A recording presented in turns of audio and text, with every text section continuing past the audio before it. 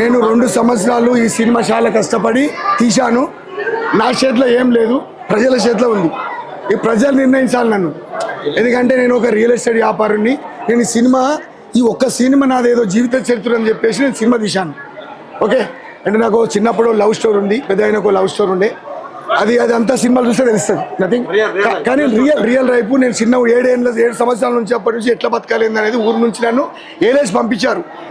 ఊర్లో వచ్చి నేను హీరో అయి చూపెట్టినా, ఊరు నన్ను మెచ్చింది, ఒప్పుకున్నారు, మంచోడు అన్నారు. ఇంకా పేరు రావాలని నేను ఈ ప్రజలకు మొక్కుతున్నా.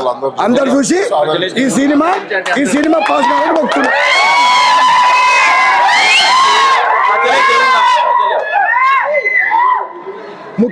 ముఖ్యంగా మీడియా మిత్రులందరికీ నా శిక్ష వచ్చి దండం పెడుతున్నా. ఏమైనా తప్పు ఉంటే క్షమించండి. ముఖ్యంగా ఈ సినిమా అయిపోయిన తర్వాత కాశీరెడ్డిని ఆయన సినిమా 40 లక్షలు పెట్టి నేను రాపించి పెట్టినా. ఆయన జీవిత చరిత్ర తీస్తా.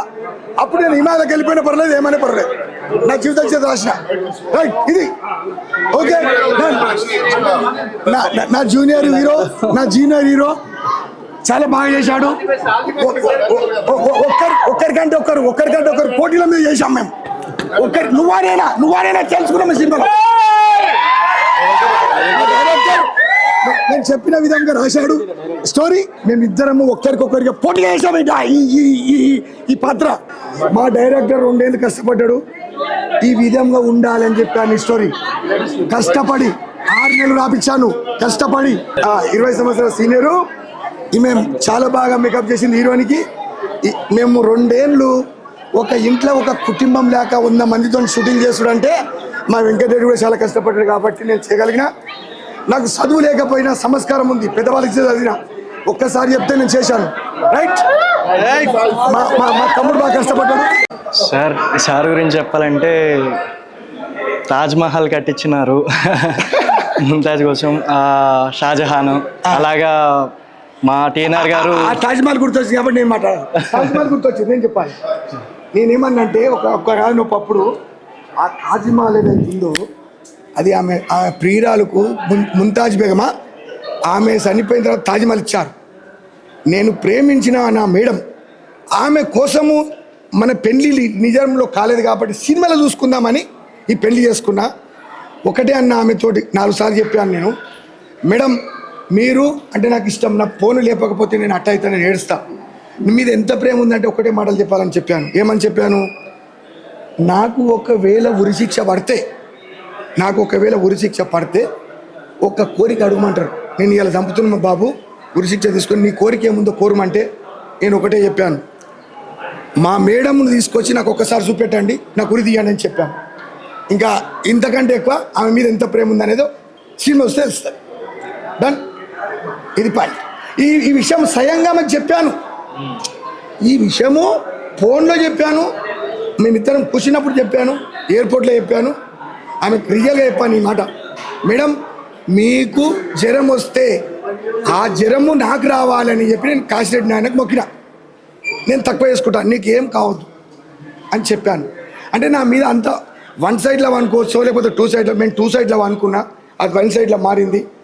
నేను ఇంకా 80 ఏళ్ళ దాకా కూడా ఆమె పర్మిషన్ లేకుండా ఆమెకు నేను ఫోన్ చేయను.